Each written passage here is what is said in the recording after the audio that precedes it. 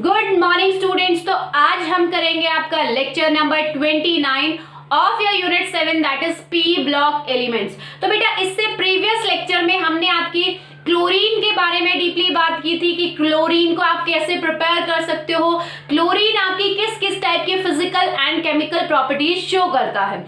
Next जो हमारा compound है दैट इज हाइड्रोजन क्लोराइड। तो बेटा यहाँ पे देखो मैंने लिखा है hydrogen chloride that is HCl। वैसे नॉर्मली आप HCl को हाइड्रोक्लोरिक एसिड के फॉर्म में बोलते हो, बट यहाँ पे मैंने हाइड्रोजन क्लोराइड क्यों लिखा है उसका भी एक रीजन है जिसको हम इसी लेक्चर में आगे करेंगे। तो अगर बात की जाए आपके हाइड्रोजन क्लोराइड की तो बेटा 1648 में ग्लोबर नाम के साइंटिस्ट ने HCl को प्रिपेयर किया था जब उसने NaCl यानी कि सोडियम क्लोराइड को रिएक्ट करवाया सल्फ्यूरिक एसिड के साथ, तो एक कंपाउंड फॉर्म हुआ था जिसका नाम था हाइड्रोजन क्लोराइड। तो हम कह सकते हैं 1648 Glauber prepared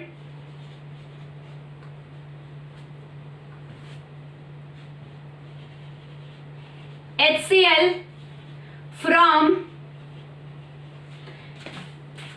reaction of sodium chloride with H2SO4 that is sulfuric acid। ठीक है, ग्लोबर ने जब सोडियम क्लोराइड को सल्फ्यूरिक एसिड के साथ रिएक्ट करवाया तो वहां पे एक नया कंपाउंड बना था जिसका नाम दिया गया हाइड्रोजन क्लोराइड। क्योंकि यहाँ पे हाइड्रोजन है, क्लोरीन है, इसलिए इसका नाम दिया गया हाइड्रोजन क्लोराइड। तो अगर हम सबसे पहले इसके प्रिपरेशन की बात करें दैट इज प्रिपरेटिव मेथड्स की बात करें तो जो आपका नॉर्मली ग्लोबर ने यूज किया था वही मेथड की हम बात करेंगे। दैट इज सबसे पहले उन्होंने क्या किया, step first that is your salt cake process. Step first को कहा गया सॉल्ट केक प्रोसेस। ठीक है, इसमें आपका क्या हुआ, NaCl जो आपका सोडियम क्लोराइड है उसको, NaCl आपका कहां से मिलता है, आपको जनरली रॉक सॉल्ट, आपको सीज में जो सॉल्ट मिलते हैं उसमें से हमने आपका NaCl यूज किया जिसको हम रॉक सॉल्ट भी बोलते हैं। तो जब उन्होंने रॉक सॉल्ट को सल्फ्यूरिक एसिड के साथ रिएक्ट करवाया तो यहाँ पे आपका बना HCl। इसको जब उन्होंने 423 केल्विन पे हीट किया इन दोनों को तब आपका एक कंपाउंड फॉर्म हुआ दैट इज NaHSO4 प्लस, यहाँ हम कहेंगे HCl प्लस NaHSO4। ठीक है बेटा, ये जो है आपका एक H इस Cl के साथ कंबाइन होके HCl बना। ठीक है, अगेन आपका क्या बचा, यहाँ पे एक H बचा है, यहाँ पे Na बचा है, तो Na यहाँ पे HSO4 के साथ कंबाइन होके NaHSO4 बनाया। ठीक है, जिसको कहा गया सॉल्ट केक। क्योंकि ये जो प्रोडक्ट था बेटा आपका, जैसे केक आपका केक होता है सॉलिड अपीयरेंस में होती है, ठीक है, इस तरीके से आपका एक सॉलिड पत्थर की तरह फॉर्म हुआ था, इसीलिए इसको सॉल्ट केक कहा गया। और क्योंकि सॉल्ट केक, सॉल्ट तो है ये बट केक फॉर्म में अपीयरेंस थी इसकी, मतलब प्रोडक्ट जो है केक ही फॉर्म में मिला, इसीलिए इस प्रोसेस को कहा गया सॉल्ट केक प्रोसेस। और दूसरी बात यहाँ आपको ये ध्यान में रखनी है कि ये जो प्रोसेस था, ये जो स्टेप था हाईली एंडोथर्मिक स्टेप था, एंडोथर्मिक प्रोसेस था। एंडोथर्मिक मींस आपने इसको प्रिपेयर करने के लिए बहुत ज्यादा हीट दी है, आपने 423 केल्विन पे इसको हीट किया तब जाके आपका सॉल्ट केक फॉर्म हुआ। अगेन जो आपका सॉल्ट केक प्रिपेयर हुआ है, स्टेप 2 की अगर बात करें, सेकेंड स्टेप में क्या हुआ कि जो आपका सॉल्ट केक बेटा प्रिपेयर हुआ है उसको फिर से NaCl के साथ हाई टेम्परेचर पे हीट किया गया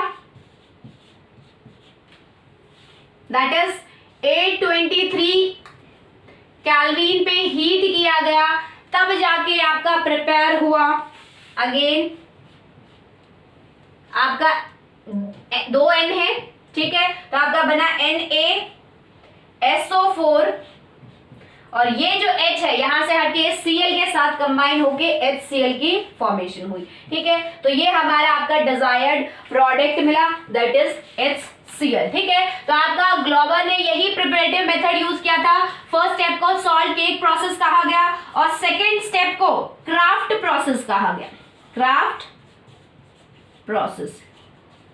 ठीक है, क्राफ्ट प्रोसेस में क्या किया गया, जो आपका सॉल्ट केक मिला था उसको अगेन NaCl के साथ हाई टेम्परेचर पे हीट किया गया, वहां पे आपको सोडियम सल्फेट मिला प्लस बहुत ज्यादा अमाउंट में HCl मिला और यही आपका डिजायर्ड प्रोडक्ट है, यहीं से HCl की इन्वेंशन हुई थी। नेक्स्ट अगर बात करें that is the physical property. अगर हम प्रॉपर्टीज की बात करें तो सबसे पहले HCl क्या है आपका, गैशियस हाइड्रोक्लोरिक गैस फॉर्म में एग्जिस्ट करता है। ठीक है, नेचर में, तो ये एक कलरलेस गैस है। नेक्स्ट, क्योंकि ये गैस है तो इसकी स्मेल की बात करेंगे, तो इसकी स्मेल जो है बेटा लिटिल बिट पंजेंट स्मेल होती है। पंजेंट स्मेल मतलब अजीब सी स्मेल होती है, ना ही तो स्वीट स्मेल होती है ना ही बहुत ज्यादा बुरी होती है, एक अजीब सी इसमें स्मेल होती है। नेक्स्ट अगर थर्ड की बात करें that is the boiling point, तो बेटा इसका बॉइलिंग पॉइंट जो है बहुत कम होता है, दैट इज 189 केल्विन। ठीक है, सिर्फ इतना सा टेम्परेचर देने से ये बॉयल हो जाती है। नेक्स्ट फोर्थ प्रॉपर्टी की बात करें that is the freezing point. जो आपकी HCl गैस है ये आपकी जल्दी ही फ्रीज होती है 159 केल्विन, क्योंकि बॉइलिंग पॉइंट कम है तो फ्रीजिंग पॉइंट भी इसका कम होगा, तो इसका फ्रीजिंग पॉइंट है 159 केल्विन और 159 केल्विन पे ये गैस जो है क्रिस्टलाइन सॉलिड में कन्वर्ट हो जाती है, क्रिस्टलाइन सॉलिड में आपकी कन्वर्ट हो जाती है। ठीक है, नेक्स्ट अगर हम फिफ्थ प्रॉपर्टी की बात करें तो इसको रब करते हैं। फिफ्थ प्रॉपर्टी हम देखते हैं, यहाँ देखो। तो नेक्स्ट अगर हम आपकी फिफ्थ प्रॉपर्टी की बात करते हैं, it is the most important property that hydrogen chloride is highly soluble in water. आपका जो हाइड्रोजन क्लोराइड है बेटा वाटर में बहुत ज्यादा हाई अमाउंट में सॉल्युबल होता है। ठीक है, यानी कि हम कह सकते हैं कि इसकी वाटर में सॉल्युबिलिटी बहुत ज्यादा हाई होती है and it ionize, solubility high है यानी कि ये पानी में जाते ही आयोनाइज हो जाता है इनटू आयंस। ठीक है, तो अगर हम बात करें आपकी दैट इज HCl, वाटर में अगर हम HCl ऐड करते हैं तो आपको पता है पानी में जाके HCl जो है आपका आयनाइज हो जाएगा, पॉजिटिव और नेगेटिव आयन देगा, कैटायन और एनायन की फॉर्मेशन होगी। तो यहाँ ये आपका ब्रेक होगी H पॉजिटिव Cl नेगेटिव की फॉर्मेशन करता है, क्योंकि बेटा आपको पता है कि H पॉजिटिव आपका स्टेबल नहीं होता, ये कैटायन आपका स्टेबल नहीं होता, तो आपका क्या है जो H2 ये H पॉजिटिव जो वाटर है H2O है उसके साथ कंबाइन होके H3O पॉजिटिव की फॉर्मेशन करता है, H3O पॉजिटिव, जिसको हम कहते हैं आपका हाइड्रोनियम आयन। ठीक है, तो आपका क्या है H2O जब वाटर के साथ रिएक्ट करता है तो वो आयोनाइज हो जाता है। और बेटा ये जो है आपका hydronium ion plus Cl negative, ये जो एसिड फॉर्म हुआ है इसकी Ka वैल्यू जो होती है वो होती है 10⁻⁷। ठीक है, और Pk वैल्यू जो होती है इसकी दैट इज -7। Pk वैल्यू आपकी क्या होती है, नेगेटिव लॉगरिथम ऑफ K। ठीक है, नेगेटिव लॉगरिथम आप करोगे तो आपकी जो पावर है आगे आ जाती है माइनस में। ठीक है, तो आप देख सकते हो कि Pk वैल्यू कितनी कम है, तो हमने पढ़ा था smaller the Pk value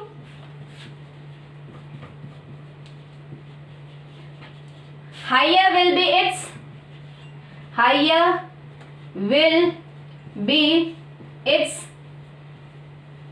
acidic nature। ठीक है, जितनी कम होगी आपकी Pk वैल्यू उतना ही आपका एसिडिक नेचर होगा। ठीक है, तो ये जो आपका HCl है जो आपकी गैस फॉर्म में था बेटा, जब हमने उसको वाटर के साथ रिएक्ट करवाया तो वो आयोनाइज हो जाता है और आयोनाइज होके आपकी Ka वैल्यू 10⁻7 देता है। इस सॉल्यूशन की Ka वैल्यू 10⁻7 होगी, pKa वैल्यू -7 होगी। दैट मींस ये जो आपका सॉल्यूशन है, जो एसिडिक सॉल्यूशन बना है, वहां आपका क्या है, pKa वैल्यू -7, तो बहुत कम है। तो smaller the pKa value higher will be its acidic nature. That means ये बहुत ज्यादा स्ट्रॉन्ग एसिड होगा। तो यही रीजन है आपका कि HCl नॉर्मल गैसियस फॉर्म में एसिडिक बिहेवियर नहीं करता, एसिडिक बिहेव नहीं करता, बट जैसे ही आप उसको वाटर में डिसॉल्व करोगे उसकी pKa वैल्यू जो है pKa वैल्यू बहुत ज्यादा कम हो जाती है, या हम कहें Ka वैल्यू बहुत ज्यादा इंक्रीज हो जाती है। इस वजह से आपका जो HCl है आयोनाइज होके स्ट्रॉन्ग एसिड एक्ट करता है। ठीक है, तो फिर हम कह सकते हैं यहां पे कि HCl बिहेव एज, ये HCl gas become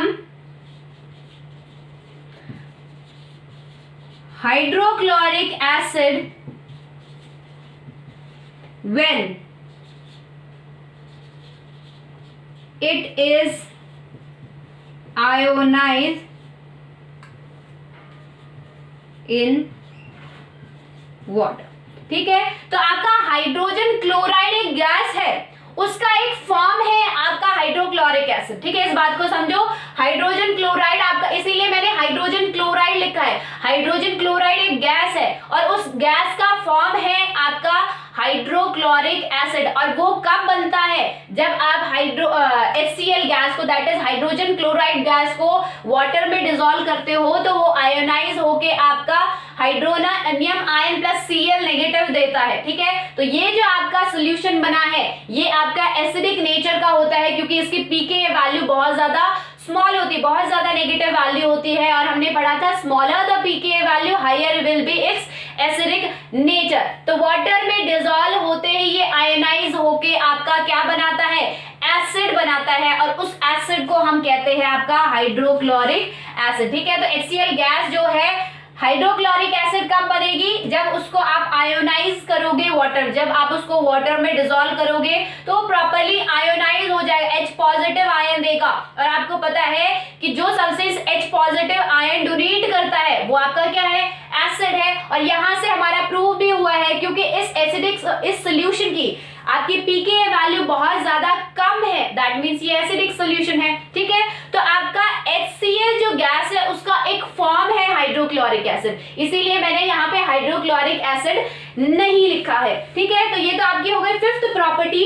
next property की अगर बात करें, that is the reaction with ammonia. तो बेटा अमोनिया के साथ NH3 अमोनिया होता है, इसके साथ आपका HCl रिएक्ट करके बनाता है अमोनियम क्लोराइड NH4Cl, अमोनियम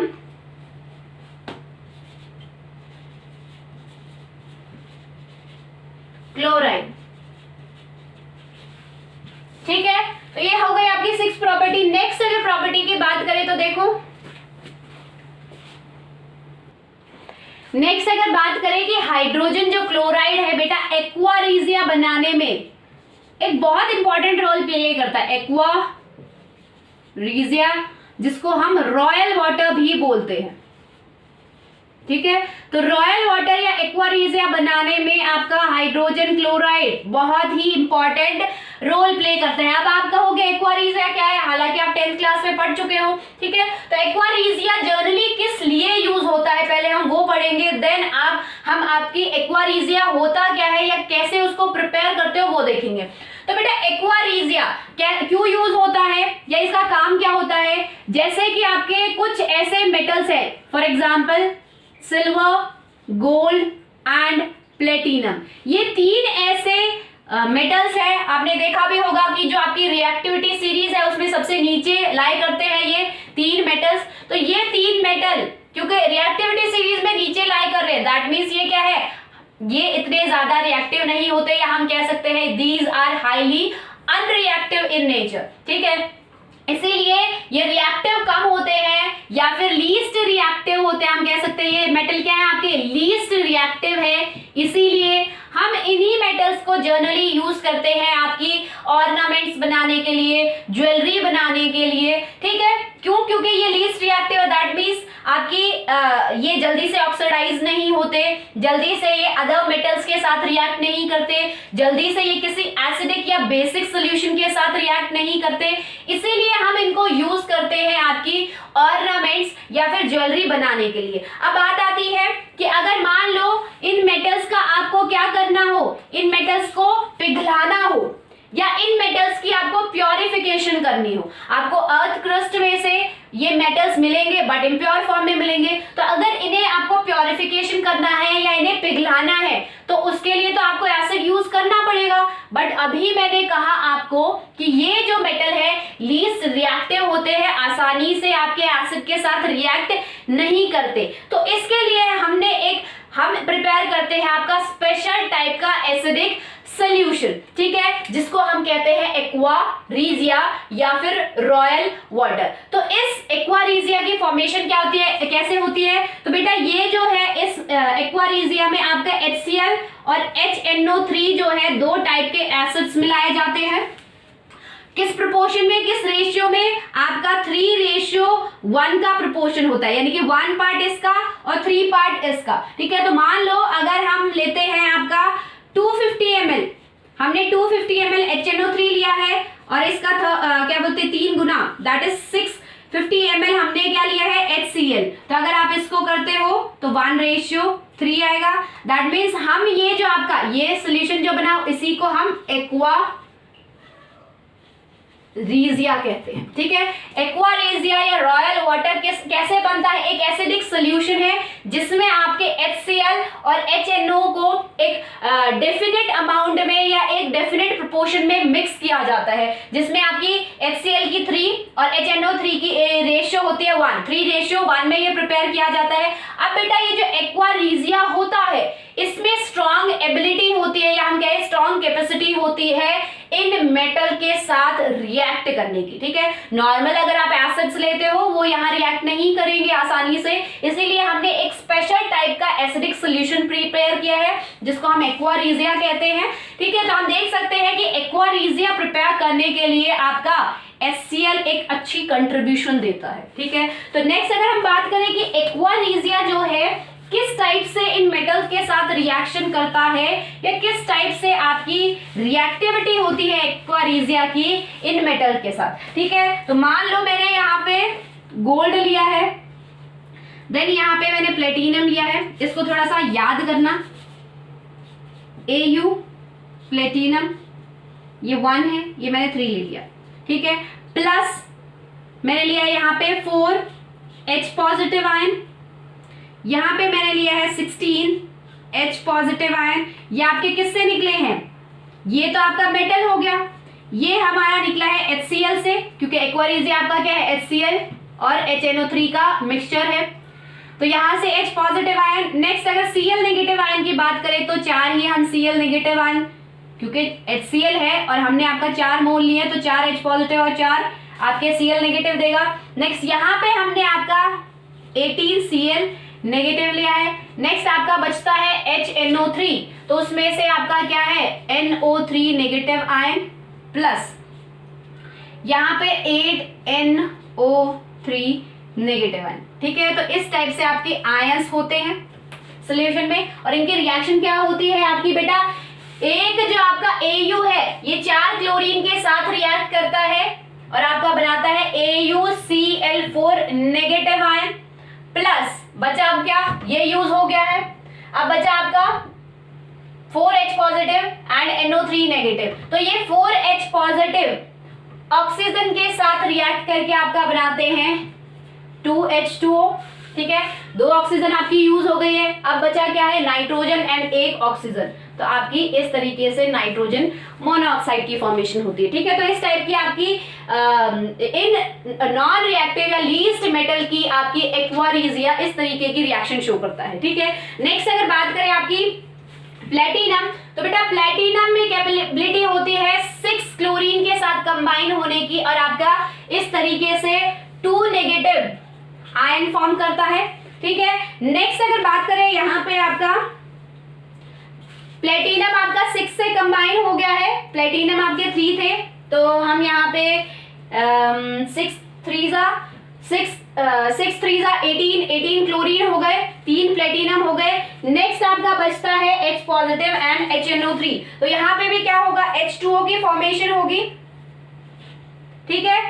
हमने यहाँ ले लिया आपका 8 2 जा 16 H पॉजिटिव कवर हो गए और आपके 8 O3 क्या बोलते हैं ऑक्सीजन हो गए। नेक्स्ट आपका यहाँ पे बचता है आपका NO, ठीक है, ठीक है बेटा। तो ये आपके बचेंगे 4NO। तो इस टाइप के आपके एक्वारिजिया इन मेटल्स के साथ रिएक्शन शो करता है, इजिली रिएक्ट कर जाता है। तो यहाँ पे हमारा मेन कंसेप्ट है कि आपका जो HCl है ये आपका एक्वारिजिया फॉर्मेशन में या रॉयल वाटर फॉर्मेशन में एक बहुत इंपॉर्टेंट कंट्रीब्यूशन देता है, ठीक है। नेक्स्ट एक लास्ट आपकी रिएक्शन और बचती है, एक लास्ट टाइप की reaction, that is your 8th property. तो 8th प्रॉपर्टी की अगर बात करें तो बेटा जो ये आपका HCl होता है, हाइड्रोजन क्लोराइड, ये आपके वीक एसिड के सॉल्ट्स के साथ इजीली रिएक्ट करके उनमें से सॉल्ट को अलग बाहर निकाल देता है। फॉर एग्जांपल आपका NaHSO4 या हम कहें आपका NaHCO3 या हम कहें आपका Na2CO3, ठीक है। तो ये आपके सॉल्ट्स हैं वीक एसिड के। कैसे आपका NaHSO4 कब बना, जब आपका सोडियम SO4 नहीं SO3 H2SO4 तो स्ट्रॉन्ग एसिड होता है, ठीक है। तो वीक एसिड की बात करें तो H2SO3 सल्फ्यूरस एसिड के साथ रिएक्ट करके आपका बनाता है NaHSO3, ठीक है। तो ये एक आपका क्या हो गया है, वीक एसिड, ये वीक एसिड का सॉल्ट बन गया है, सॉल्ट ऑफ वीक एसिड, ठीक है। नेक्स्ट आपका क्या है, यहाँ पे देखो ये दो आपके सॉल्ट है वीक एसिड के, तो इसमें आपका क्या है H2CO3 सॉरी कार्बोनिक एसिड, जो कि आपका एक वीक एसिड होता है, तो वो भी अगर आपका सोडियम के साथ रिएक्ट करता है तो आपका इसमें से एक H निकल जाता है और बनता है आपका NaHSO3, ठीक है। अगर आप 2Na यूज करते हो तो वहां पे आपका एक अलग सॉल्ट बनता है जिसको हम कहते हैं CO3 और Na2CO3, ठीक है। तो ये आपके कुछ सॉल्ट्स हैं जो कि वीक एसिड के सॉल्ट है। तो वीक एसिड के सॉल्ट को जब आप हाइड्रोजन क्लोराइड के साथ रिएक्ट करवाते हो तो आपका जो जिस सॉल्ट से ये वीक एसिड के सॉल्ट की फॉर्मेशन हुई है वो आसानी से आपका अलग निकल जाता है। जैसे आपका क्या है, यहाँ पे Na इस Cl के साथ रिएक्ट करके NaCl सॉल्ट फॉर्म करेगा, ठीक है। तो ये आपका क्या है, ये जो आपका वीक एसिड का जो सॉल्ट बना है उसमें ओरिजिनली सॉल्ट कौन सा यूज किया गया था, NaCl, ठीक है। नेक्स्ट अगर बात करें Cl Na यूज हो गया, नेक्स्ट आपका क्या बचता है, 2 हाइड्रोजन, तो ये 2 हाइड्रोजन कंबाइन होके वाटर की फॉर्मेशन करेंगे, प्लस अब बचता है आपका SO2, तो ये गैस सल्फर डाइऑक्साइड गैस यहाँ से रिलीज होती है। नेक्स्ट अगर यहाँ बात करें तो अगेन वही है आपका, देखो NaCl के साथ कंबाइन होके NaCl बनाएगा। तो ओरिजिनली जो इस सॉल्ट को, वीक एसिड के सॉल्ट को बनाने के लिए जो आपने सॉल्ट यूज किया था, यहाँ पे ये याद रखो, ये इस तरीके से था NaCl to NaCl। तो यहाँ पे देखो एक H जो निकल रहा है वो HCl बनाएगा इस Cl के साथ कंबाइन होके, यहाँ जो एक H निकल रहा है वो आपका HCl बनाएगा, ठीक है। यहाँ जो 2 H निकल रहे हैं वो 2HCl बनाएंगे, ठीक है। तो इस टाइप की ये रिएक्शन होती है। तो अगर आपको वीक एसिड के सॉल्ट में से ओरिजिनल जो सॉल्ट उस एसिड को उस वीक एसिड के सॉल्ट को प्रिपेयर करने के लिए जो ओरिजिनल जो सॉल्ट आपने यूज किया है उसको इजीली आप पता लगा सकते हो बाय रिएक्शन विद HCl, ठीक है। तो यहाँ पे आपका क्या होगा, ये Cl इस H के साथ कंबाइन हो, इस Na के साथ कंबाइन होकर NaCl बनाएगा। अगेन आपका क्या बचता है, एक H ये 2H, दैट इज H2O, ठीक है। अब आपका एक ऑक्सीजन H2O में यूज हो गया, बचा क्या आपका CO2, तो CO2 कार्बन डाइऑक्साइड गैस यहाँ रिलीज होगी। नेक्स्ट आपकी ये रिएक्शन है, इसमें भी यही है आपका, यहाँ 2 ले लेते हैं, ये Cl इस Na के साथ रिएक्ट करके 2NaCl बनाएगी, प्लस अब आपका क्या बचता है, ये दो हाइड्रोजन एक ऑक्सीजन लेके H2O की फॉर्मेशन करेंगे, प्लस अब आपका क्या बचता है, कार्बन और 2 ऑक्सीजन, तो CO2 यहाँ पे भी इस तरीके से लिबरेट होगी, ठीक है। तो ये आपका हो गया हाइड्रोजन क्लोराइड, बहुत छोटा सा और बहुत अच्छा इंटरेस्टिंग टॉपिक है।